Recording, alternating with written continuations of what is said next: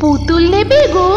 পুতুল, লাল নীল কাপড় পরা, কালো কুচকুচে কোঁকড়া কোঁকড়া চুল, নেবে নাকি পুতুল? রূপাইয়ের ঘুমটা চট করে ভেঙে যায়। চমকে উঠে বসেও আবার সেই বউটা এসেছে নাকি? পাশে মা অঘরে ঘুমিয়ে আছে।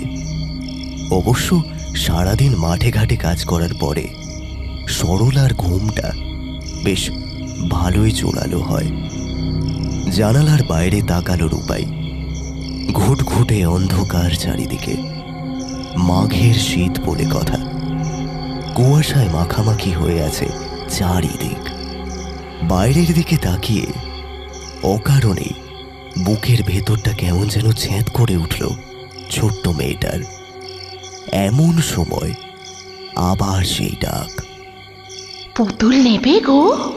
পুতুল, বড় বড় চোখ, কোঁকড়া কোঁকড়া চুল, তোমার জন্যই তো বানিয়েছি।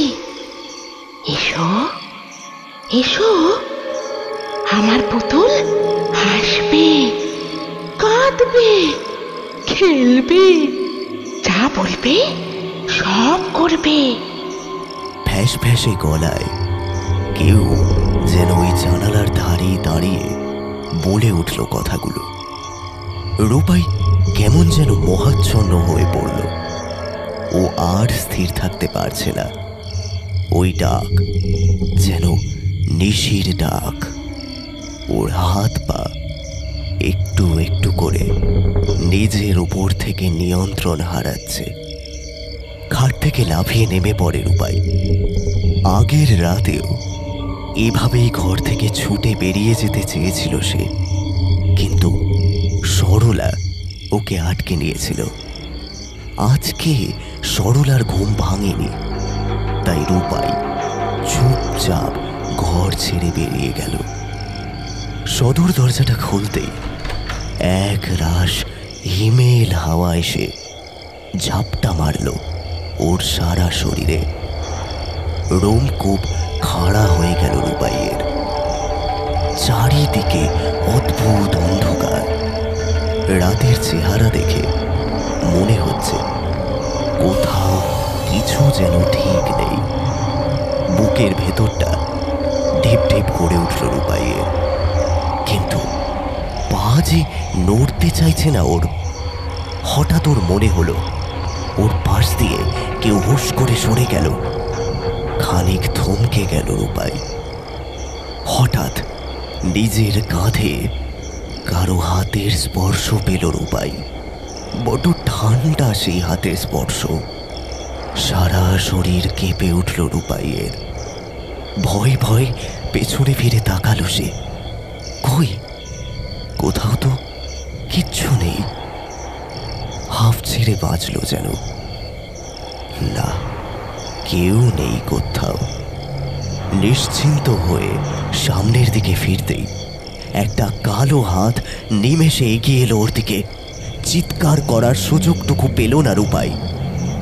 কিছুক্ষণের মধ্যেই চারিদিক শান্ত হয়ে গেল। উঠোনে পড়ে রইল একটা লাল জামা পরা পুতুল। তার বড় বড় চোখ, কোঁকড়া কোঁকড়া চুল। দূরে জঙ্গলে মিলিয়ে যাচ্ছে এক মহিলা। তার মাথায় পুতুলের ছুরি। অদ্ভুত এক মন কেমন করা সুর করে সে হেঁকে চলেছে। পুতুল দেবে গো? পুতুল।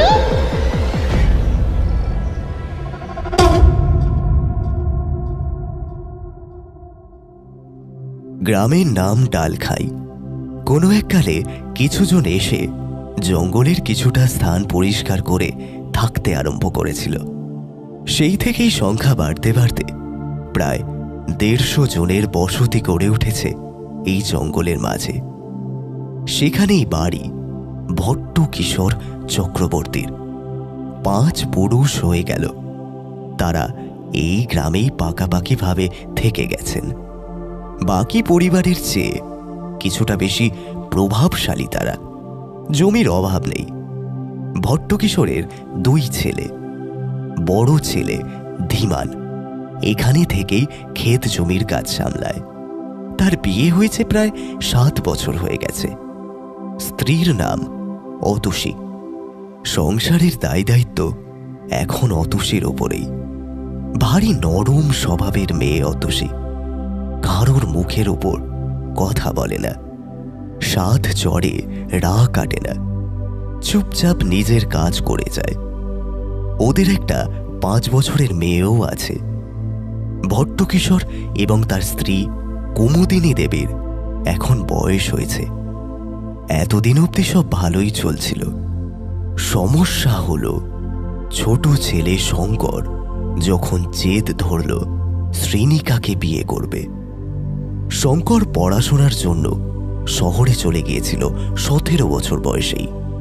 চাকরিও নিল শহরের স্কুলে। শ্রীনিকার সাথে আলাপ বাসে করে স্কুলে যাওয়ার পথে। শ্রীনিকাও সেখানকার এক স্কুলেই পড়ায়। শ্রীনিকা আদ্যপান্ত শহরের মেয়ে, তার উপরে আবার চাকরি করে। বাড়ির সকলেরই কিঞ্চিত আপত্তি ছিল এই বিয়ে নিয়ে। তবু শঙ্করের জেদের কাছে সবাইকে হার মানতেই হলো। শ্রীনিকা চক্রবর্তী বাড়ির বউ হয়ে এলো। আর সেখান থেকেই যত আজব কাণ্ডের সূত্রপাত। তখন গরমের ছুটি পড়েছে। শ্রীনিকা আর শঙ্কর দুজনেই গ্রামের বাড়িতে এসেছে। বিয়ের পরে 2 রাতের বেশি এই বাড়িতে থাকা হয়নি শ্রীনিকার। তাই ওর আন্দাজ ছিল না এখানে মানিয়ে গুছিয়ে থাকা কতটা দুষ্কর হতে পারে। শঙ্করের পরিবারের জীবনশৈলীর সাথে মোটেও খাপ খায় না শ্রীনিকার ভাবনা চিন্তা। এদের সবেতেই বড় বেশি আপত্তি। অথচ শ্রীনিকা ছোট থেকেই বাঁধন ছাড়া ভাবে বড় হয়েছে। একটা মাস এখানে কি করে কাটাবে বুঝতে পারছে না শ্রীনিকা। তার একমাত্র ভরসা এখন অতসী। তার নিজের বেলায় মুখে কথা না ফুটলেও ছোট যাকে ঠিকই শাশুড়ির চোখ রাঙানি থেকে শুরু করে যে কোনো ধরনের ঠেস মারা কথার থেকে বাঁচিয়ে রাখে অতসী। আড়ালে শ্রীনিকাকে বলে, মায়ের মুখে মুখে বেশি উত্তর দিস নে বউ, তোকেই লোক খারাপ ভাববে। মা খারাপ মানুষ নয় রে, বিশ্বাসটা কর। কিন্তু এই গ্রামে থাকতে গেলে একটু নিয়ম কানুন মেনে চলতে হয়, নাইলে। এইটুকু বলেই প্রতিবার থেমে যায় অতসী। শ্রীনিকা এক এক সময় বিরক্ত হয়ে বলে, না হলে কি দিদি, 1000টা নিয়মের বেড়া জালে আমাকে বন্দি করে রেখেছে সবাই। সব মেনে নেওয়া যায়, তাই বলে রাত্রি 11টার পরে বাথরুমে যাওয়া যাবে না? এ কেমন নিয়ম দিদি? অতসী শ্রীনিকার মাথায় হাত রেখে বলে, কলগজ্জে উঠোন পাহাড় করে যেতে হয় বউ, অত রাতে। শ্রীনিকা অতসীর মুখের কথা কেড়ে নিয়ে বলে, প্রকৃতি তো আর দিন রাত তিথি নক্ষত্র দেখে ডাক দেয় না দিদি। কিন্তু সে যে দেয়। আপন মনে বিড়বিড় করে বলে ওঠে অতসী। শ্রীনিকা ভ্রু কুঁচকে বলে, কি বললে? অতসী 2 দিকে মাথা নাড়িয়ে বলে, কিছু না, তুই একটা কাজ কর, বরং চাঁদের থেকে কাপড়গুলো নিয়ে আয় দেখি। যা কটকটে রোদ উঠেছে এই বদ্ধপুরে, কাপড়ের রঙগুলো জ্বলে গেল বলে। যা যা যা, জলদি যা। এইভাবেই প্রতিবার শ্রীনিকার সব প্রশ্নের উত্তর এড়িয়ে যায় অতসী। শ্রীনিকার উপায় না পেয়ে ছাদে গেল। সত্যি ভীষণ রোদ উঠেছে আজ। কাপড়গুলো খানিকটা আনমনেই তুলছিল শ্রীনিকা। হঠাৎ ওর চোখ গেল দূরে নদীর ঘাটের দিকে। ওদের বাড়ির পিছনেই বয়ে গেছে ছোট্ট একটা নদী, সামনে ঘাট। শ্রীনিকা লক্ষ্য করেছে গাঁয়ের মেয়ে বউরা সব সকাল সকাল ঘাটের কাজ সেরে ফেলে। 12টা বেজে গেলে ওদিকটায় আর তেমন লোক আসে না। কিন্তু আজ যেন দেখল ঘাটে একটা বাচ্চা মেয়ে আছে। ছাদের ধার ঘেঁষে শ্রীনিকা দাঁড়ালো। হ্যাঁ, ভুল দেখছে না ও, একটা বাচ্চা মেয়েই বটে। কিন্তু ও কি? মেয়েটা ওভাবে জলে নামছে কেন? শ্রীনিকার কেমন একটা যেন লাগলো। যদিও এখানে প্রায় সব ছেলে মেয়েই সেই ছোটবেলা থেকেই সাঁতার জানে, তবুও এই মেয়েটা কেমন যেন অসংলগ্নভাবে ঘাটের সিঁড়ি ভাঙছে। শ্রীনিকা বেশি কিছু ভেবে ওঠার আগেই দেখল বাচ্চা মেয়েটা নদীতে নামতে নামতে অনেকটা গভীরে চলে যাচ্ছে।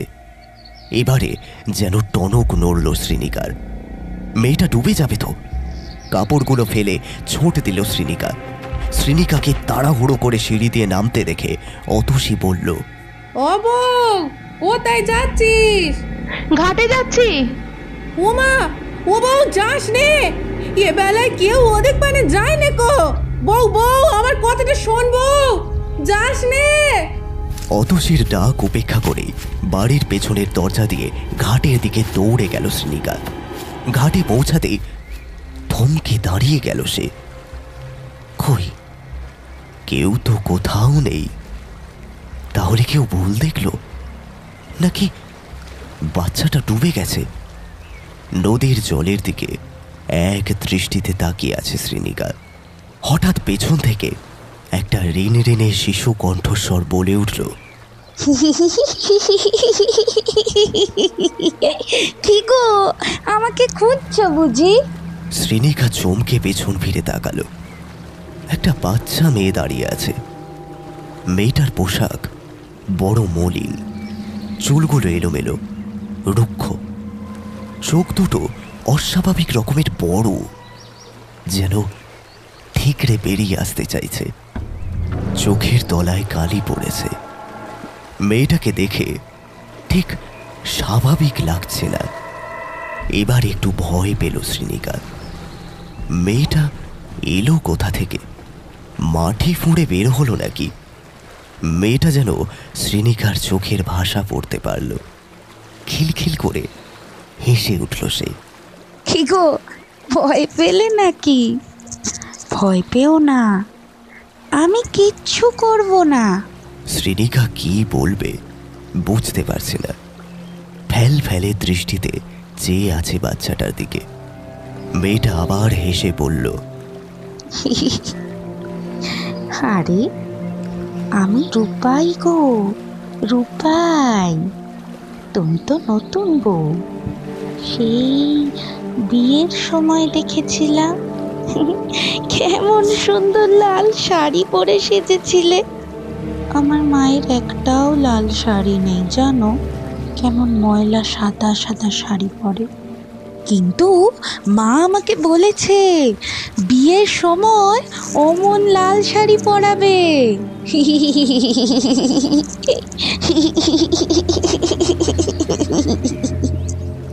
শ্রীনিকার কেন জানি ভারী মায়া হলো মেয়েটার উপরে। হাত বাড়িয়ে মেয়েটাকে কাছে ডাকলো। ও কি করছিস বউ? তোকে না আসতে বারণ করেছিল মেয়েদিকে? অতসীর গলার আওয়াজ শুনে পেছন ফিরে চাইল শ্রীনিকা। অতসী এসে কড়া গলায় বলল, ঘরে চল বউ, ঘরে চল বলছি। আর যেন কোনো দিন না দেখি তোকে এখানে আসতে।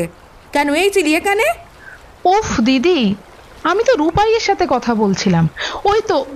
শ্রীনিকা যেই রূপাইয়ের দিকে তাকাতে গেল অমনি আবার চমক খেল। কোথায় গেল মেয়েটা? দিদি, বিশ্বাস করো, মেয়েটা এখানেই ছিল। নিজের নাম বলল, কি যেন রূপাই। অতসী নামটা বলে উঠল। আমি জানি তুই কেন এখানে এসেছিলি। বউ, তোকে একটা কথা বলি, যা কিছু দেখবি তার ডাকে মোটে সাড়া দিস নে। এতে তোর পতি ছাড়া লাভ কিচ্ছুটি হবে না কো। কিন্তু রূপাই। রূপাই এর সাথে মিশতে যাস না বউ, ওকে নিজের মতো করে ছেড়ে দে। খুব অস্বাভাবিক কিছু দেখলেও মোটে পাত্তা দিবি না, মনে থাকবে তো? অতসীর কথার উপরে আর কিছু বলতে পারল না শ্রীনিকা। অতসী বলল, মা অনেকক্ষণ ধরে ডাকছে তোকে। জানি না ঘরে ফেরার পর আবার কি অশান্তি হবার অপেক্ষা করছে। অতসী আর শ্রীনিকা মনে মনে প্রমাদ গুনতে গুনতে বাড়ি ফিরল।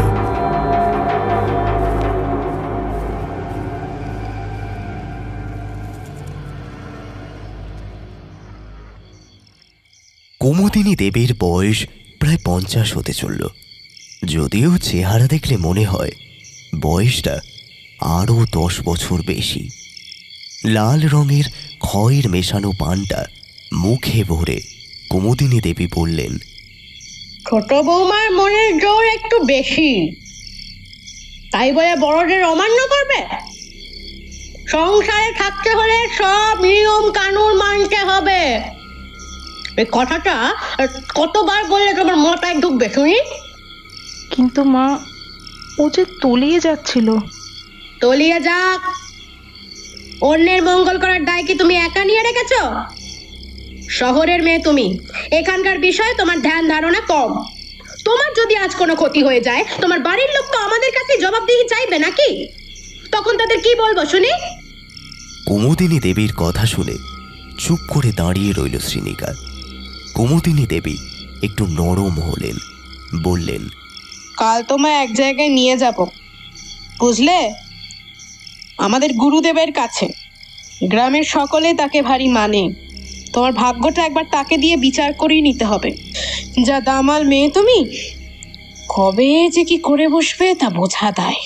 যাই হোক, এখন ঘরে যাও। শ্রীনিকা দীর্ঘশ্বাস ফেলে ঘরের দিকে পা বাড়ালো। মাঝে মধ্যে ওর মনে হয় তাড়াহুড়ো করে বিয়ে করার সিদ্ধান্তটা না নিলেই বোধহয় ভালো হতো। এখানে সবই বড় অদ্ভুত, কিছুই বুঝে উঠতে পারে না শ্রীনিকা। কিছু তো একটা ব্যাপার আছে, না হলে সবাই আমাকে এমন আড়ালে রাখতে চাইছে কেন? কারোর ব্যবহারই আমার মাথায় ঢুকছে না। আপন মনে কথাগুলো ভাবছিল শ্রীনিকা। এমন সময় শঙ্কর ঘরে এলো। এই শঙ্করের সাথে নিজের চিরপরিচিত শঙ্করকে মেলাতে পারে না শ্রীনিকা। অন্য সময় শঙ্কর ভীষণ খোলামেলা মনের একটা ছেলে, কিন্তু এখানে আসলেই ও কেমন সংকোচে ভোগে। কিছুতেই ওকে চিনতে পারে না শ্রীনিকা। ঘরের দরজাটা লাগিয়ে দিয়ে শঙ্কর বলল, ছুটি শেষ হলেই আমরা বাড়ি ফিরে যাব শ্রী। ততদিন অবধি একটু মানিয়ে গুছিয়ে থাকো। এখানে কেউ তোমার খারাপ চায় না, বরং তোমার যেন কোনো বিপদ না হয় তাই জন্যই তোমাকে সাবধান করে। এখানে আমার কি বিপদ হতে পারে বলো তো শঙ্কর? কিসের এত ভয় তোমাদের? শ্রীনিকা অধৈর্য হয়ে জিজ্ঞাসা করে, এখানে অশুভ শক্তির বাস আছে শ্রী, যার হাত থেকে চাইলেও আমরা মুক্তি পাবো না। তাই তোমাকে বলছি, সাবধানে থেকো। এর বেশি কিছু জানতে চেও না, এখনই বলার সময় আসেনি। এই বলেই ঘরের জানালাটা আটকে বিছানায় শরীর এলিয়ে দিল শঙ্কর। শ্রীনিকা বেশ কিছুক্ষণ অবাক হয়ে তাকিয়ে রইল শঙ্করের দিকে। শঙ্কর ততক্ষণে চোখ বুজে ফেলেছে। শঙ্করের উপরে হঠাৎ একটা চাপা রাগ হয় শ্রীনিকার। ওকে এভাবে অন্ধকারে রেখে দেওয়ার কোনো মানেই হয় না। শঙ্করের সাথে আর একটাও কথা বলার চেষ্টা করল না শ্রীনিকা। চুপচাপ পাশে গিয়ে শুয়ে পড়ল। ঘড়িতে তখন খুব সম্ভবত রাত 2টো বেজেছে। বাড়ির সবাই ঘুমে কাঁদা। শঙ্কর আর শ্রীনিকাও অনেকক্ষণ আগে ঘুমের দেশে পাড়ি দিয়েছে। ওদের ঘরের দক্ষিণে একটা জানলা আছে। শোয়ার আগে শঙ্কর নিজের হাতে ভালো করে খিল দিয়েছিল জানলায়। হঠাৎ জানলাটা নিঃশব্দে খুলে গেল। শীতল হাওয়া প্রবেশ করতে লাগলো ঘরে। শ্রীনিকার কেমন যেন অস্বস্তি হতে লাগলো সারা শরীরে। পুতুল নেবে গো? পুতুল?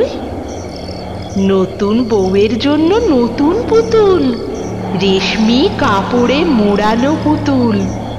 একটা ঋণে ঋণে মেয়েরই কণ্ঠস্বর ভেসে এলো বাইরে থেকে। ঘুমটা ভেঙে গেল শ্রীনিকার। ধরপড় করে উঠে বসলো।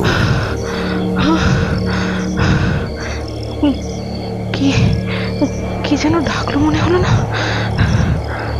বিড়বিড় করে বলে উঠল শ্রীনিকা।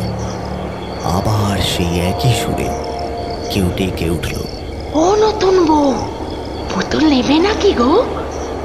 একবার দেখো না। শ্রীনিকার চোখ গেল জানালার দিকে। জানালার শিক ধরে নিচের দিকে ঝুঁকে পড়ল শ্রীনিকা। এমন আলো আঁধারের মাঝে কেউ একজন দাঁড়িয়ে আছে।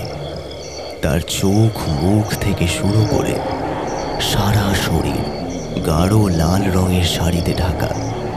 কিছুই দেখা যাচ্ছে না প্রায়, কেবল ওর কোমরের কাছে ধরে রাখা ঝুড়িতে কত শত পুতুল।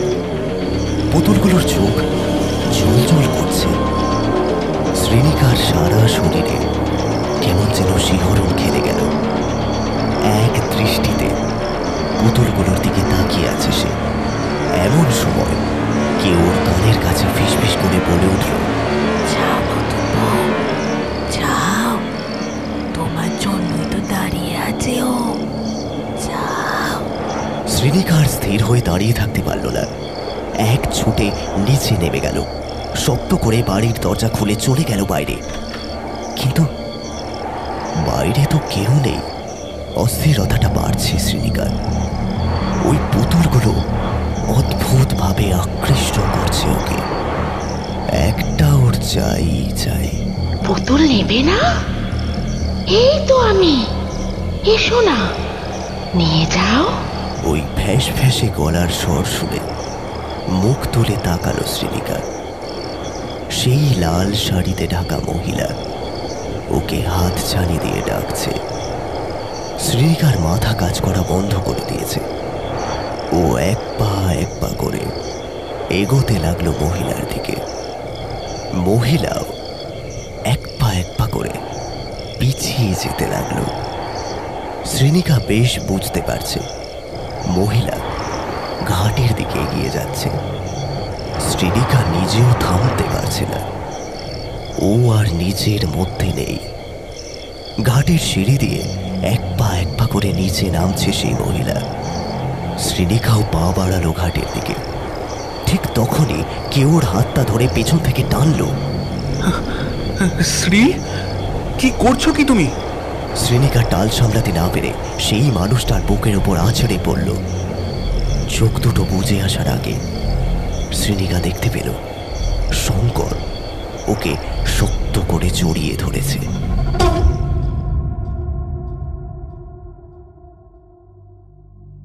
সারাদিনে মাথা তুলে বসতে পারেনি শ্রীনিকা।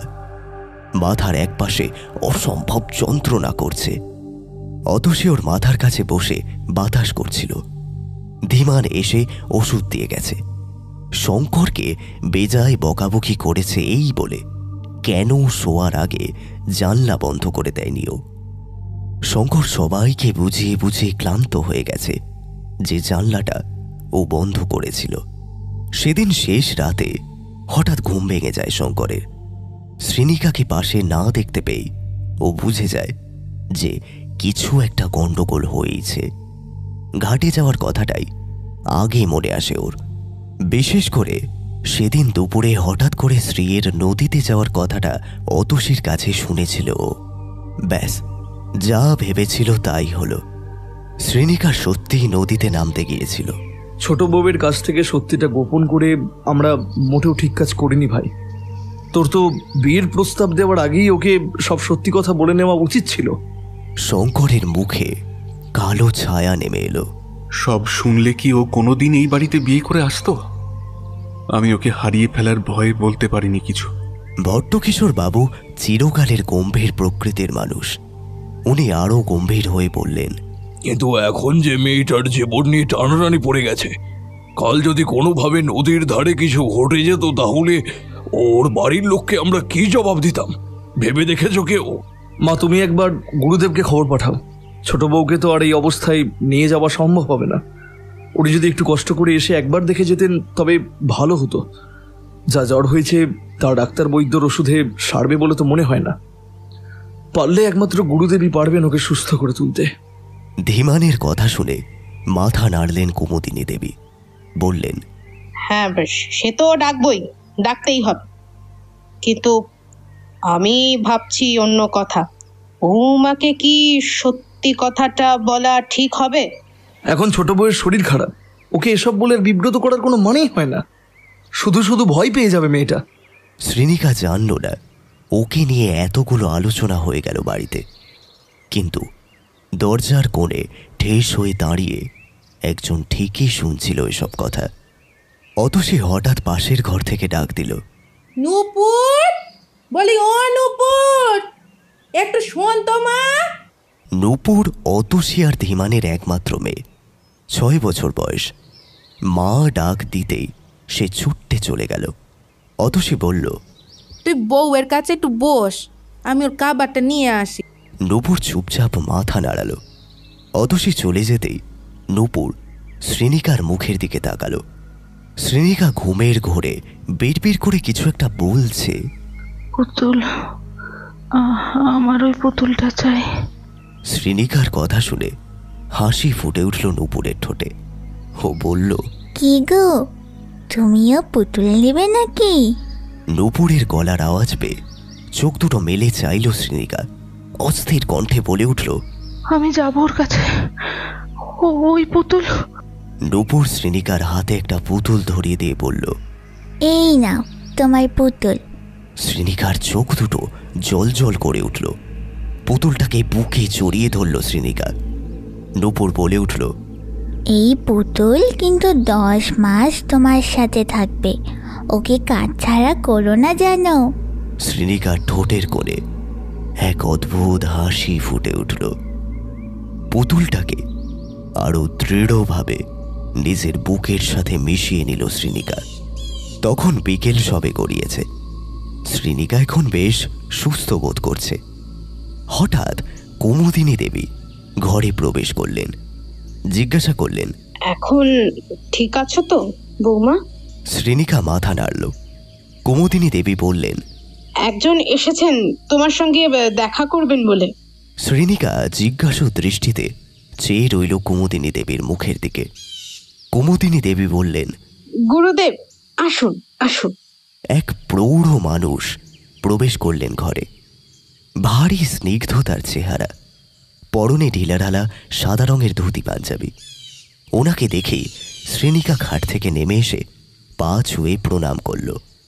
গুরুদেব চমকে উঠলেন, কিন্তু পরক্ষণে নিজেকে সামলে নিয়ে বললেন, এখন কেমন বোধ করছো মা? ভালো। গুরুদেব নিজের থলির ভেতর থেকে একটা হলুদ সুতো বের করে কপালে ঠেকিয়ে বিড়বিড় করে কিছু বললেন। তারপর সেটা শ্রীনিকার হাতে বেঁধে দিলেন। শ্রীনিকার সারা শরীরে কেমন একটা জ্বালা করতে লাগলো। গুরুদেব বললেন, এই সুতো ভুলেও খুলবে না মা, খুললেই কিন্তু ভারী বিপদ। যতই কষ্ট হোক না কেন এই সুতো খোলা চলবে না। একটা অজানা অস্বস্তিতে সারা শরীর অবশ হয়ে আসছে শ্রীনিকার। গুরুদেব বিষয়টা বুঝতে পেরে শ্রীনিকার কানে কানে কিছু বললেন। তাই শুনে স্থির হয়ে গেল শ্রীনিকা। ঠোঁটের কোণে এক চিলতে হাসি ফুটে উঠল। সেই সাথে নতুন দুশ্চিন্তার কারণও যোগ হলো। গুরুদেব বললেন, তোমাকে কয়েকটা গোপন কথা বলে রাখা প্রয়োজন মা। কথাগুলো বলে গুরুদেব বেরিয়ে এলেন ঘর থেকে। তারপর কুমুদিনী দেবীর উদ্দেশ্যে বললেন, তোমার আর শঙ্করের সাথে আমার কিছু ব্যক্তিগত কথা আছে, ঠাকুর ঘরে চলো। কুমুদিনী দেবী আর শঙ্কর গুরুদেবের পেছন পেছন গেল। গুরুদেব যা বলল তা শুনে বড় ভয় পেয়ে গেল দুজনে। শ্রীনিকা মা হতে চলেছে। খবরটা শুনে ওরা খুশি হবে নাকি চিন্তিত বুঝে উঠতে পারছে না। কুমুদিনী দেবী বললেন, গুরুদেব, ছোট বৌমা মা হতে চলেছে। আপনি তো জানেনই এই গ্রামে কোনো বাচ্চা। গুরুদেব হাত তুলে থামিয়ে দিলেন কুমুদিনী দেবীকে। জানি এই গ্রামে বাচ্চারা নিরাপদ নয়, তা সত্ত্বেও বড় বউয়ের কোলে যখন সন্তান এসেছে তখন ছোট বউয়ের কোলেও সন্তান আসবে।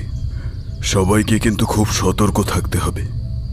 আর এই খবর যেন এক্ষুনি তোমরা দুজন বাদে আর কেউ জানতে না পারে। শঙ্কর, তুমি যত দ্রুত সম্ভব বৌমাকে নিয়ে শহরে ফিরে যাও। যদিও যাত্রা করার পক্ষে সময়টা এখন অনুকূল নয়, তবুও তোমাদের এখানে না থাকাটাই মঙ্গল। এই বলে গুরুদেব চলে গেলেন। শঙ্কর আর কুমুদিনী দেবী চিন্তাগ্রস্ত হয়ে বসে রইলেন। যা হচ্ছে তা ঠিক হচ্ছে তো? শ্রীনিকা ঘরে একলা বসে আছে। গুরুদেব আজ অনেক কথা বলে গেছেন তাকে, সেগুলোই বসে বসে ভাবছিল সে। এর পরের কাজটা যে কতটা কঠিন সে জানে। গুরুদেব এও বলে গেছেন এই মুহূর্তে এই গ্রাম ছেড়ে যাওয়া মোটেও সহজ হবে না। কিন্তু নিজের আগত সন্তানের কথা ভেবে ভয়ে তটস্থ হয়ে আছে শ্রীনিকা। আজ থেকে প্রায় 7 বছর আগের কথা। এই গ্রামেই বাস করত কঙ্কা বলে একটা মেয়ে। ওর বাবা ছিল পুতুল বিক্রেতা। এই গ্রামে সেই গ্রামে ছোট ছোট পুতুল তৈরি করে বিক্রি করেই দিন কাটাত ওরা। হঠাৎ একদিন এক অজানা জ্বরে কঙ্কার বাবা মারা গেল। কঙ্কা পড়ল অথই জলে। ও বাবার সাথে পুতুল বিক্রি করত ঠিকই, কিন্তু পুতুল কি করে বানাতে হয় সেটা ওর ভালোভাবে জানা নেই। ওদের ব্যবসা পড়ে গেল। 3 কুলে কেউ ছিল না কঙ্কার। অবশেষে অনেক হাতে পায়ে ধরে ওর ঠাঁই হল ভট্টকিশোর চক্রবর্তীর বাড়িতে। শঙ্কর তখন লেখাপড়ার জন্য শহরে চলে গেছে। ধীমান পুরোপুরি জমি জমার কাজে মন দিয়েছে। ওর জন্য মেয়ে খোঁজাও চলছে। কঙ্কার অদ্ভুত এক টান ছিল ধীমানের ওপরে। ও ঘরে ফিরলে কঙ্কা সবার আগে জলের গ্লাস নিয়ে ছুটে যেত। ধীমান যখন খেতে বসত তখন ওর পাশে চুপটি করে বসে থাকত, ওর দিকে এক দৃষ্টিতে তাকিয়ে থাকত। ধীমান হাজার কাজে ব্যস্ত থাকত, ওর চোখে এসব পড়ত না, কিন্তু বাকি সবারই বিষয়টা চোখে লাগছিল। কুমুদিনী দেবী আরও বেশি করে তৎপর হয়ে উঠলেন ছেলের বিয়ের জন্য। আর তখনই ঘটল অঘটন। কঙ্কা মনে মনে অনেক দূর অব্দি এগিয়ে গিয়েছিল। তাই তো ধীমানের বিয়ে ঠিক হওয়ার পর থেকেই কেমন যেন পাল্টে যেতে শুরু করল। কারোর সাথে ঠিকঠাক কথা বলতো না, ঘরের কোনো কাজ করতো না। সবাই ভেবেছিল সময়ের সাথে সাথে সব ঠিক হয়ে যাবে, কিন্তু তার হলো কই। কঙ্কা যে এত বড় একটা কাণ্ড ঘটাবে কেউ ভাবতে পারেনি। সেদিন ছিল ধীমান আর অতসীর বিয়ের প্রথম রাত। সবাই নিজের ঘরে শুয়ে পড়েছে। ধীমানও চলে এসছে ঘরে। অতসী গেছে ফুলের সাজ খুলে গায়ে জল দিতে। হঠাৎ ওর চিৎকারে সবার ঘুম ভেঙে গেল। সবাই এসে দেখে কঙ্কার ঘরের সামনে পাথর হয়ে দাঁড়িয়ে আছে অতসী। কঙ্কা নিজের হাতের শিরা কেটে ফেলেছে। সারা ঘরে রক্তারক্তি কাণ্ড। কঙ্কা নিজের বুকে একটা পুতুল জড়িয়ে ধরে রেখেছিল। ওর হাতের রক্তে সেই পুতুলটা ভিজে গিয়েছিল। কেউ তখনও বিষয়টাকে খুব একটা গুরুত্ব না দিলেও পরে বুঝতে পারল ওটাই সবার জীবনে কত বড় অভিশাপ নিয়ে এসেছে। সেদিন থেকেই কেউ সারা রাস্তা জুড়ে হেঁকে যায়। পুতুল নেবে? পুতুল? যে একবার ওই ডাকে সাড়া দেয় সে আর ফেরে না। প্রথম প্রথম সবাই ভয়ে তটস্থ থাকত। পরে দেখল কঙ্কা কেবল নতুন বউ আর বাচ্চাদের হাতছানি দিয়ে ডাকে। বাচ্চাদের নিয়ে কি করে ভগবান জানে। যে কটা বাচ্চা আজ অব্দি কঙ্কার ডাকে সাড়া দিয়েছে তাদের প্রত্যেককেই ফিরিয়ে দিয়েছে কঙ্কা, কিন্তু তাদের আয়ুই কারোর বেশি দিন ছিল না। ফিরে আসার মাস 3 মধ্যেই মারা গেছে সকলে। সেই থেকে রাত্রিবেলায় জানলা খুলে ঘুমানোর রেওয়াজ উঠে গেল গ্রাম থেকে। সবাই ভয়ে ভয়ে নিজের ছেলে মেয়েদের কান চাপা দিয়ে ঘুমায়। কঙ্কার কেন যে সারা গ্রামের উপরে রাগ তা কেউ জানে না, এমনকি গুরুদেবও বলতে পারলেন না। শ্রীনিকা এখানে হিসেবটা মেলাতে পারছে না। কঙ্কার কেন এত রাগ সারা গ্রামের উপর? এই গ্রামের মানুষগুলো তো ওর কোনো ক্ষতি করেনি। ও তো আত্মহত্যা করেছে ধীমানকে না পাওয়ার ক্ষোভে। তাহলে সবাইকে অতিষ্ঠ করে মারছে কেন ও? মনের ভেতরটা ভীষণ খচখচ করছে শ্রীনিকার।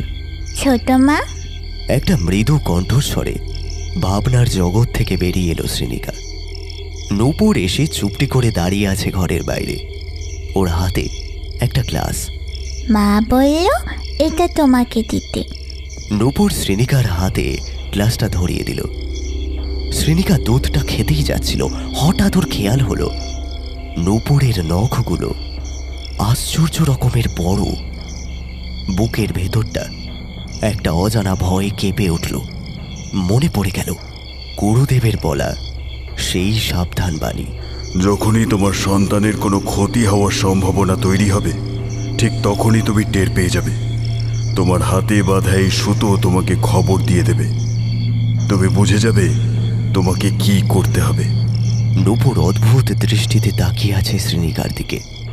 হঠাৎ সামান্য ভারী গলায় নূপুর বলে উঠল, কি হলো, খাও দুধটা। শ্রীনিকার মনে হলো এই মুহূর্তে কিছু বললে বিপদ বাড়বে বই কমবে না। নূপুর, তোমার মাকে বলে দাও ছোট মা রাতে আর কিছু খাবে না, কেমন? নূপুর চুপচাপ মাথা নাড়িয়ে চলে গেল। শ্রীনিকা দুধটা জানলা দিয়ে ফেলে দিল। ওর মন বলছিল এটা খেলে ওর কোনো ক্ষতি হতে পারে।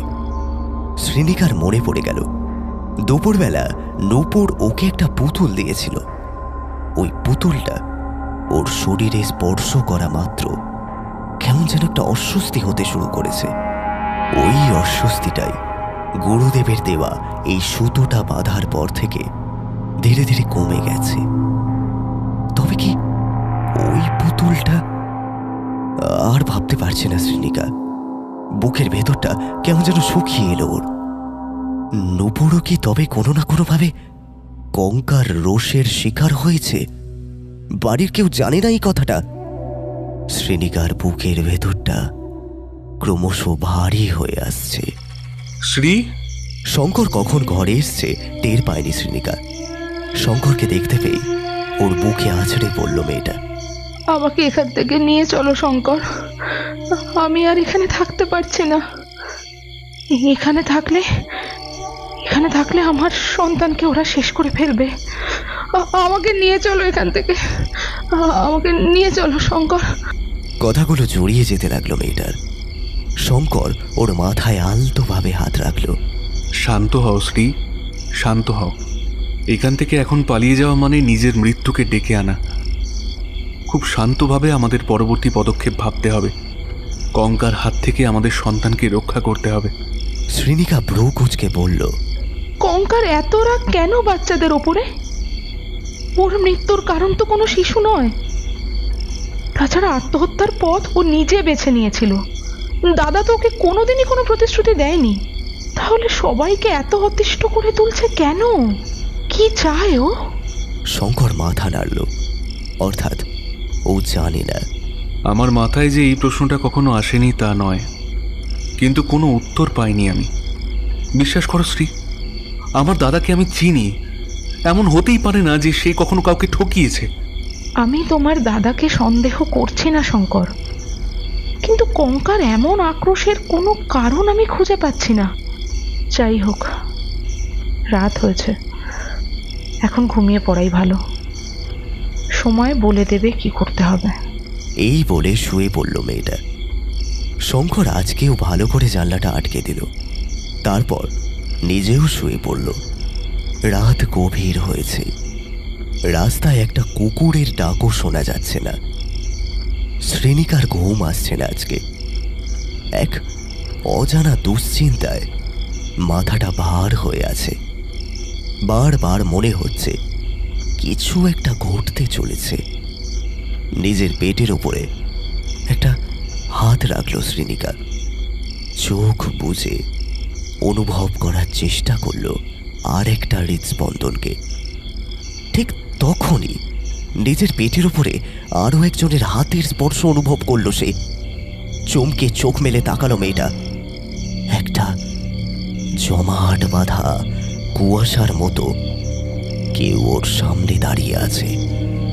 দরদর করে ঘামতে লাগলো শ্রীনিকা। সামনে যে দাঁড়িয়ে আছে সে কে? কঙ্কা। পুতুল নেবে না? এসো আমার সাথে, ও নতুন বউ। ফ্যাস ফ্যাসে গলায় কথাটা বলে উঠল সেই মহিলা। সজোরে মাথা নাড়ল শ্রেণিকা। কালকে এই ডাকেই সম্মোহিত হয়ে ওর পিছু নিয়েছিল সে। আজ আর কিছুতেই সেটা হতে দেওয়া যাবে না, কিছুতেই না। যে করেই হোক ওকে বাঁচতে হবে। দুই হাত দিয়ে কান চাপা দিল শ্রেণিকা, কিন্তু কঙ্কার ডাক যে ওর কান ভেদ করে ক্রমাগত মস্তিষ্কে প্রবেশ করে চলছে। কোনো মতেই নিজেকে আটকাতে পারছে না সে। আর বসে থাকা যাচ্ছে না। এই আওয়াজ ওকে টেনে নিয়ে যাবেই।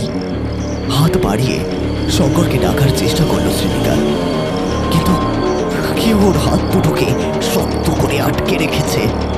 গলা দিয়ে একটা আওয়াজ বের হচ্ছে না মেয়েটার। কি গো নতুন বউ, আসবে না? শ্রেণিকা আর নিজেকে ধরে রাখতে পারল না। প্রবল অনিচ্ছা সত্ত্বেও বিছানা ছেড়ে উঠে পড়ল। নিঃশব্দে অনুসরণ করতে লাগলো কঙ্কার ছায়াকে। কেউ জানতে পারল না কিচ্ছু।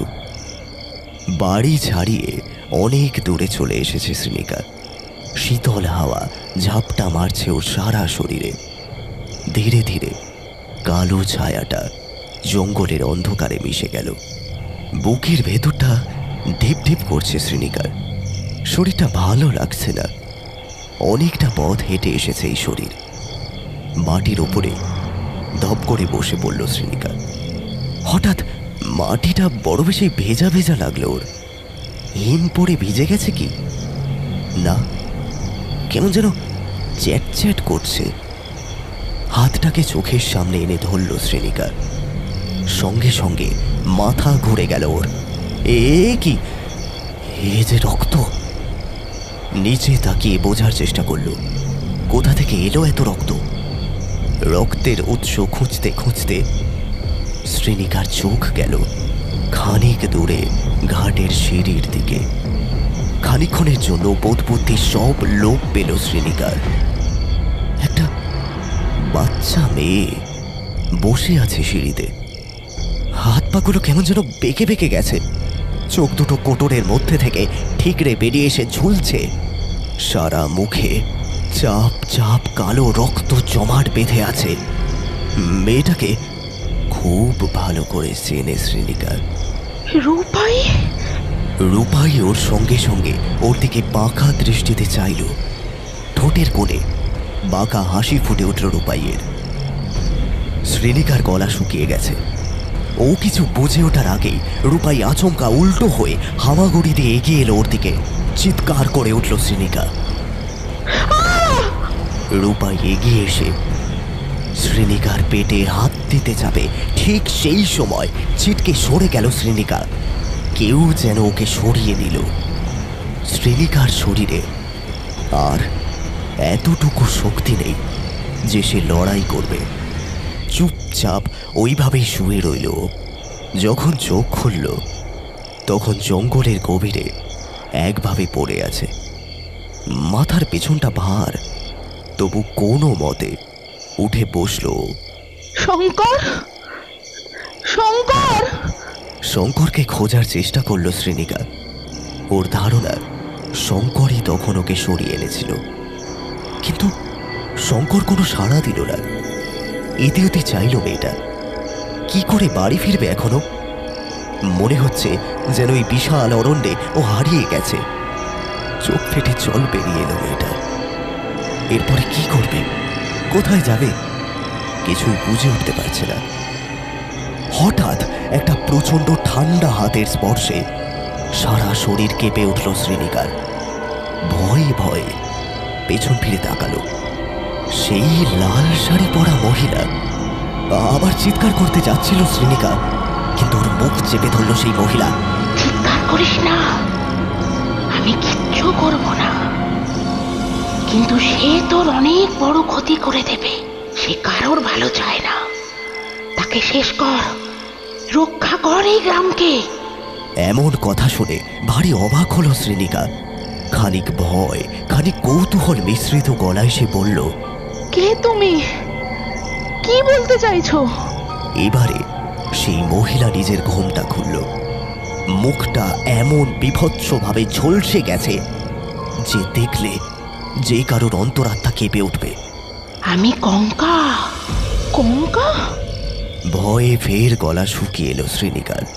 ভয় পাস না, আমি খারাপ নই রে। ওই মুখ পুরীর দল আমাকে সবার কাছে খারাপ করে রেখেছে। কে? তোর বড় যা আর তোর শাশুড়ি। কথাটা শুনে আকাশ থেকে পড়ল শ্রীনিকা। এসব কি বলছো? না না, এমন কখনোই হতে পারে না। মা কখনোই এমন করতে পারে না। আর দিদি, দিদি তো কত ভালো। ওরা কি এমন করেছে ওরা যে তুমি ওদের শাস্তি দিচ্ছ? আমি কাউকেই কোনো শাস্তি দিচ্ছি না বউ। শাস্তি তো আমি পাচ্ছি, ভালোবাসার শাস্তি, অনাথ হওয়ার শাস্তি, মাথার উপরে কেউ না থাকার শাস্তি। তোরা সবাই জানিস আমি, ধীমান আর অতসীর বিয়েতে প্রথম রাতে আত্মঘাতী হয়েছিলাম। সারা গ্রামকে এটাই বোঝানো হয়েছিল, কিন্তু কেউ জানে না সেদিন আসলে কি ঘটেছিল। সবটাই তো ওই কুমুদিনীর ষড়যন্ত্র। ওই তো অতসীকে বলেছিল আমি একমাত্র পথের কাঁটা ওর জীবনে। আমাকে সরিয়ে দিলেই নাকি ওর জীবনে আর কোনো সমস্যা থাকবে না। আসলে আমি জেনে গিয়েছিলাম কিভাবে আমার বাবার জমি এককালে হাতিয়ে নিয়েছিল ওই ভট্ট কিশোর চক্রবর্তী। যদি গ্রামে প্রচার করে দিই, এই ভয়ের কারণেই আমাকে রাস্তা থেকে সরানো খুব প্রয়োজন হয়ে পড়েছিল। ভেবেছিল অতসী বোকা মেয়ে, ওকে দিয়েই কাজটা হাসিল করে ফেলবে। সবাই জানে আমি ধীমানকে পছন্দ করতাম, তাই ঘটনাকে আত্মহত্যার রূপ দেওয়া কোনো ব্যাপার নয়। কিন্তু ওরা কেউ জানতো না অতসী মোটেও বোকা মেয়ে নয়। এমনকি ও কোনো সাধারণ মেয়ে নয়, রীতিমতো কালো জাদু জানা মেয়ে। অতসী ভাবলো আমাকে কাজে লাগাবে, তাই আমাকে মারলো ঠিকই, কিন্তু আমায় মুক্তি পেতে দিল না। আমাকে বন্দি করে রাখলো সেই পুতুলটার মধ্যে। আমাকে প্রতি রাতে পাঠাতো শিকারে, ছোট ছোট বাচ্চা ধরে আনার জন্য। ঠিক যেভাবে এক ঝুড়ি পুতুল নিয়ে বাবার সাথে যেতাম পুতুল বিক্রি করতে, ঠিক সেভাবে রোজ বাচ্চাদের আকৃষ্ট করতে হতো। ওদের পথ ভুলিয়ে নিয়ে আসতে হতো ওই নদীর ঘাটে। ওখানেই যা করার করে অতসী। ওই বাচ্চারাই তো ওর যৌবনের রহস্য। ওদের হৃৎপিণ্ড খেয়ে খেয়ে তো নিজের যৌবন ধরে রাখছে ও। আর তোকে কেন শেষ করতে চায় জানিস? তুই হলি শহরে চাকরি করা শিক্ষিত মেয়ে। ওর এই রহস্য যে বেশি দিন তোর কাছে গোপন থাকা সম্ভব নয়। গায়ের মুখ্য মানুষগুলোকেও বোকা বানাতে পেরেছে, তোকে যে বেশি দিন পারতো না নতুন বউ। শ্রীনিকার মনে পড়ে যায় একবার অতসীর বিয়ের ছবি দেখে ও বলেই ফেলেছিল, তোমাকে এখন একদম অন্যরকম লাগে দিদি। গা গলিয়ে উঠল শ্রীনিকার, কিন্তু নিজেকে সামলে নিয়ে বলল, তুমি ওকে আটকাতে পারবে না। ও নিজে হাতে আমাকে বন্দি করেছে, তাই আমার ক্ষমতা নেই ওকে শেষ করার। ওকে শেষ করার একটাই রাস্তা আছে, কিন্তু তার মূল্য যে বড় ভয়ঙ্কর। কি সেটা আমাকে বল। অতসী নিজের সব শক্তি সঞ্চিত করে রেখেছে ওর মেয়ে নূপুরের মধ্যে। ওকে শেষ করতে গেলে নূপুরকে মারতে হবে। পারবি? পারবি তুই? কঙ্কার কথা শুনে থমকে গেল শ্রীনিকা। এ আবার কেমন কথা? নূপুর একটা বাচ্চা মেয়ে, ওকে কি করে মেরে ফেলা সম্ভব? আর কোনো উপায় নেই। নূপুর তো অতটুকু একটা বাচ্চা মেয়ে, ওকে কি করে মেরে ফেলি বলো তো? এসব কথা যে মনে আনাও পাপ। এছাড়া আর কোনো উপায় নেই নতুন বউ। অতসী বড় ভয়ঙ্কর। একটু পরে আমার ডাক পড়বে তোকে টেনে নিয়ে যাওয়ার জন্য। তার আগে তুই পালা। একবার আমাকে ডাকলে আমার ক্ষমতা নেই নিজেকে আটকানোর। গঙ্গা কথাটা শেষ করা মাত্রই চারিদিকে প্রচন্ড ঝড় শুরু হলো। শ্রীনিকা কিছু বুঝে ওঠার আগেই একটা কালো হাত ওর দিকে এগিয়ে এলো। ওর কানে তখন কেবল প্রতিধ্বনি হচ্ছে, পালা বউ, পালা। ওই শরীর নিয়ে ছুটতে আরম্ভ করলো শ্রীনিকা। না হলে ওর পেটের সন্তান যে বাঁচবে না, কিন্তু পালিয়ে যাবে কোথায়? শঙ্করকে এই মুহূর্তে ওর সব থেকে বেশি প্রয়োজন, কিন্তু ওই বাড়িতে গেলে ওর আরো বেশি ক্ষতি হয়ে যাবে। অতসী ওকে ধরবে বলে ওত পেতে বসে আছে। হঠাৎ শ্রীনিকার মনে পড়ল গুরুদেবের কথা।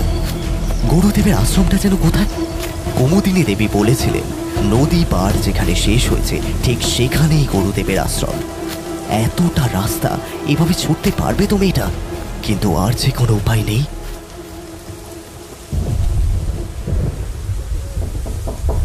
শঙ্করের ঘুমটা ভাঙল দরজায় ঠক ঠক শব্দ শুনে। এত রাতে কি ডাকছে? উঠে পড়ল শঙ্কর। সবার প্রথমে ওর চোখ গেল বিছানার পাশে। শ্রীনিকা নেই দেখে মাথা খারাপ হয়ে গেল শঙ্করের। এত রাতে আবার কোথায় উধাও হয়ে গেল মেয়েটা? একটু চোখে চোখে রাখতে পারল না শঙ্কর? যদি শ্রীনিকার কোনো বিপদ হয়? তাড়াতাড়ি গিয়ে দরজাটা খুলল শঙ্কর। বাইরে কুমুদিনী দেবী দাঁড়িয়ে আছেন। ওনার চোখে মুখে ভয়ের ছাপ স্পষ্ট। শঙ্কর, শঙ্কর, শঙ্কর বাড়ি চল। বড় বৌমা যেন কেমন অস্বাভাবিক আচরণ করছে। প্রথমটায় কিছু বুঝতে না পারলেও পরক্ষণে কুমুদিনী দেবীর পেছন পেছন ছুটল শঙ্কর। ধীমান ঘরের এক কোণে তটস্থ হয়ে বসে আছে। অতসী নূপুরকে কোলে নিয়ে বসে বিড়বিড় করে কিছু আউড়ে যাচ্ছে। ওর মাথাটা ক্রমশ দুলছে, অথচ শরীরের বাকি অংশ স্থির। শঙ্কর বুঝতে পারছে না এসব কি হচ্ছে। কুমুদিনী দেবীর দিকে অবাক হয়ে তাকালো শঙ্কর। ইশারায় জানতে চাইল এসব কি হচ্ছে। দুই দিকে মাথা নাড়িয়ে কুমুদিনী দেবী বোঝালেন উনি কিছুই জানেন না। এমন সময় একটা বাচ্চার খিলখিল হাসি শুনে সবাই চমকে উঠল। কে হাসলো এভাবে? নূপুর তো অতসীর কোলে বসে আছে। কই, ও তো এভাবে হাসলো না। তাহলে কেউ কিছু বুঝে ওঠার আগেই আবার সেই হাসির আওয়াজ। এবারে যেন দুটো বাচ্চা একসাথে হেসে উঠল।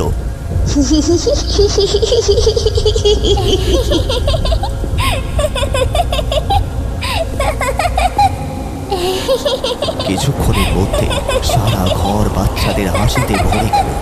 কেউ বুঝতে পারছে না কি হচ্ছে। একে তো অতসীর এরকম অস্বাভাবিক রূপ, তার উপরে আবার এমন বাচ্চাদের হাসি। হঠাৎ ঘরের আলোটা নিভে গেল। চারিদিকে অদ্ভুত অন্ধকার ঢেকে ফেলল। বাচ্চাদের খিলখিল হাসি ছাড়া আর কোনো শব্দ শোনা যাচ্ছে না।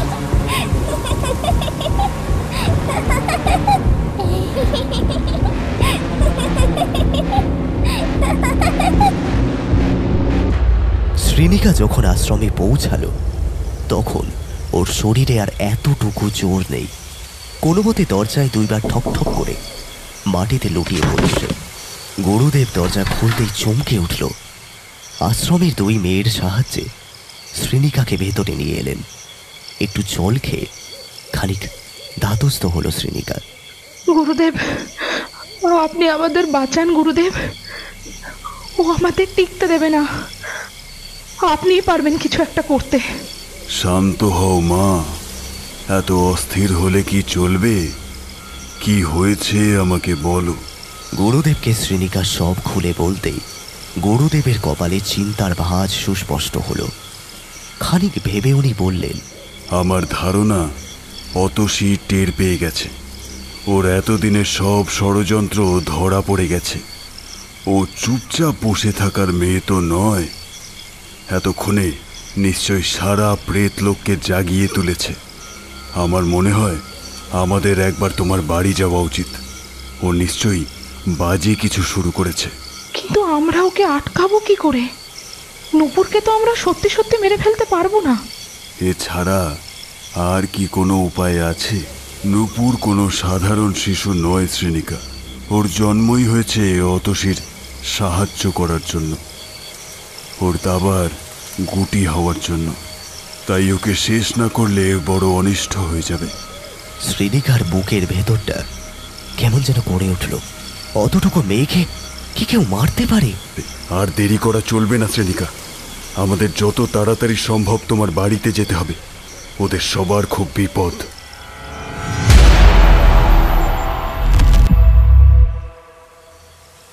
কুমুদিনী দেবী এতক্ষণ স্থির হয়ে দাঁড়িয়েছিলেন। হঠাৎ নিজের কাঁধে কারো স্পর্শ পেয়ে চমকে উঠলেন। একটা সরু ঠান্ডা হাত ওর ঘাড়ে ঘুরে বেড়াচ্ছে। ফ্যাস ফ্যাসে গলায় কেউ বলে উঠল, কেন করলি আমার সাথে এমন? কেন আমাকে মেরে ফেললি? আমি তো কখনো তোদের কোনো ক্ষতি করিনি। একটা জমির জন্য এত বড় শাস্তি দিলি আমাকে?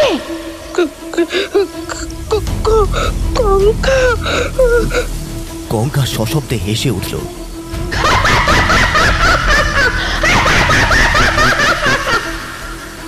নতুন ওকে রক্ষা করার দায়িত্ব আমার, কারণ একমাত্র তারই প্রথম মনে হয়েছিল যে কঙ্কা এমন কাজ করবে। কিন্তু তোকে আমি তোর পাপের শাস্তি ঠিকই দেব। তোর উস্কানিতেই সেদিন তোর বড় বউ আমায় মেরে ফেলেছিল।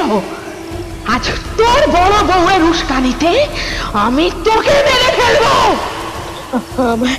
আমায় ক্ষমা করে দে কঙ্কা, ক্ষমা করে দে। কুমুদিনী দেবীর আকুতি বৃথা গেল। কঙ্কা হাওয়ায় মিলিয়ে গেল। তার পরিবর্তে কে যেন কুমুদিনী দেবীর শাড়ির আঁচল ধরে টানল। কুমুদিনী দেবী পেছন ফিরে তাকাতেই একটা বাচ্চা মেয়ে সরু নখ ঢুকিয়ে দিল কুমুদিনী দেবীর পেটের ভেতর। কুমুদিনী দেবী মুখ দিয়ে একটা আর্তনাদ করেই মাটিতে লুটিয়ে পড়লেন। শেষ নিঃশ্বাস ত্যাগ করার আগে উনি দেখতে পেলেন নূপুর একটা পুতুল নিয়ে ঠিক ওনার মাথার কাছে বসে আছে। শঙ্কর আর ধীমান দুজনেই ঘরে দরজা লাগিয়ে বসে আছে। মা ঠাকুর ঘরে যাচ্ছি বলে বেরোলো, কিন্তু এখনো ফিরল না। ভট্টকিশোর বাবুরও এবার চিন্তা হচ্ছে। হঠাৎ দরজায় জোরে ধাক্কানোর শব্দ হলো। একটা বাচ্চা মেয়ে বলে উঠল, ও বাবা, বাবা গো, দরজাটা খোলো না, আমার খুব ভয় করছে। আমি তোমার কাছে যাব। শঙ্কর কিছু বলে ওঠার আগেই ধীমান ছুটে গেল। শঙ্করের কেন যেন মনে হলো এটা ঠিক হলো না। ধীমান দরজাটা খুলতেই ঝড়ের বেগে ঢুকে এলো নূপুর। ওর চোখে মুখে অদ্ভুত এক আক্রোশ।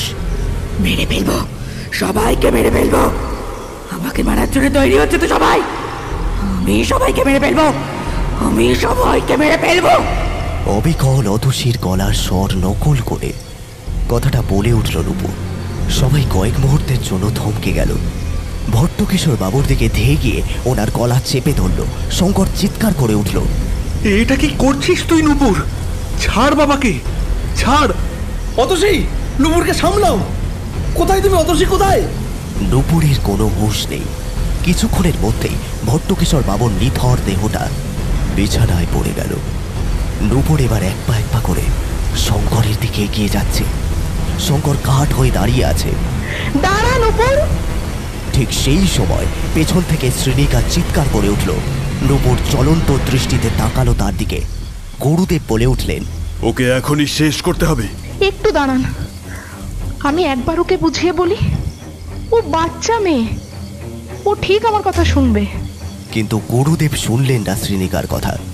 নূপুর যেই ওর দিকে পা বাড়িয়েছে, গুরুদেব ধারালো একটা অস্ত্র ওর দিকে ছুঁড়ে দিল।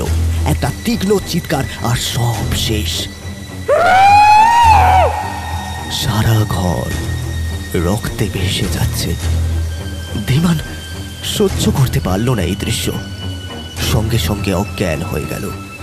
ঠিক তখনই এক রাশ হাওয়া এসে ঘিরে ধরল শ্রীনিকাকে। একজন কানের কাছে ফিসফিস করে বলল, কাজটা বেশ করলি তো ছোট বউ, কিন্তু এর ফল যে তোকেই ভোগ করতে হবে। কঙ্কাকে বিশ্বাস করে নূপুরকে মেরে তো ফেললি, কিন্তু তুই যে জানিস না কঙ্কা এখন আমারই অংশ। ও তোকে যা বলেছে সে সব আমার কথা। আমি তা ওর মাথায় ঢুকিয়েছিলাম নূপুরকে মারার কথাটা। নূপুর না মরলে ওর যে শক্তি বাড়বে না মোটে। এবার শুধু অপেক্ষা কর, আরো বড় গঙ্গা ফিরে আসছে। পুতুল নিবি তো বউ? পুতুল নিবি তো?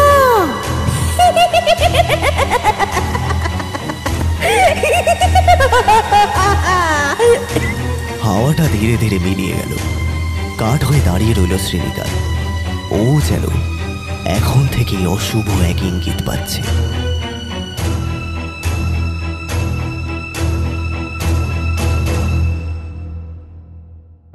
মাঝে কেটে গেছে 10টা মাস। এই 10 মাসে অনেক কিছুই পাল্টে গেছে। ধীমান আজও স্বাভাবিক হতে পারেনি। আজও সে অতসী আর নূপুরকে খুঁজে বেড়ায় সারা বাড়িতে। তবে এই 10 মাসে একবারও এই গ্রাম কোনো পুতুল বালির ডাক শুনতে পায়নি। শ্রীনিকা আর শঙ্করের ঘর আলো করে এক মেয়ে এসেছে। সেই মেয়েকে নিয়েই তারা প্রথমবার এসেছে গ্রামের বাড়িতে। রাত তখন 1:30 বাজে। মেয়েকে ঘুম পাড়িয়ে নিজে সবই ঘুমাতে যাচ্ছিল শ্রীনিকা। হঠাৎ ওই একরত্তি মেয়ে ওর হাত টেনে ধরল। শ্রীনিকা ওর মেয়ের দিকে ফিরতেই চমকে উঠল। মেয়েটার চোখ দুটো অস্বাভাবিক রকমের বড় হয়ে গেছে। খিলখিল করে হেসে উঠে ওই 1 মাসের বাচ্চা মেয়েটা বলে উঠল,